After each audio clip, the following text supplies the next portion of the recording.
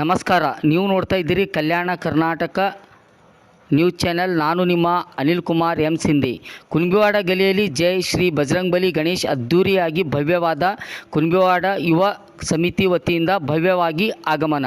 ಚುಡುಗುಪ್ಪ ಪ್ರತಿ ವರ್ಷದಂತೆ ಈ ವರ್ಷವೂ ಕೂಡ ಶ್ರೀ ಜೈ ಬಜರಂಗಬಲಿ ಗಣೇಶ್ ಸಮಿತಿ ವತಿಯಿಂದ ಗೌರಿ ಗಣೇಶ್ ಭವ್ಯವಾದ ಮೂರ್ತಿ ಮೆರವಣಿಗೆ ಮುಖಾಂತರವಾಗಿ ಅದ್ದೂರಿಯಾಗಿ ಗಣೇಶನ ಬರಮಾಡಿಕೊಂಡರು. 17ನೇ ಶತಮಾನದಲ್ಲಿ ಲೋಕಮಾನ್ಯ ಬಾಲಗಂಗಾಧರ ತಿಲಕ್ ಅವರು 1893ರಲ್ಲಿ ಈ ಹಬ್ಬವನ್ನು ರಾಷ್ಟ್ರೀಯ ಮತ್ತು ಏಕತೆಗೆ ಉತ್ತೇಜಿಸಲು ಸಾರ್ವಜನಿಕ ಆಚರಣೆಗೆ ವಿಸ್ತರಿಸಿದರು. ಗಣೇಶ ಹಬ್ಬವನ್ನು ಪೌರಾಣಿಕ ಇತಿಹಾಸ. ಈ ಹಬ್ಬವನ್ನು ರಾಷ್ಟ್ರೀಯ ಮತ್ತು ಏಕತೆ ಭಾವನೆ ಉತ್ತೇಜಿಸಲು ಸಹಾಯ ಮಾಡುತ್ತದೆ.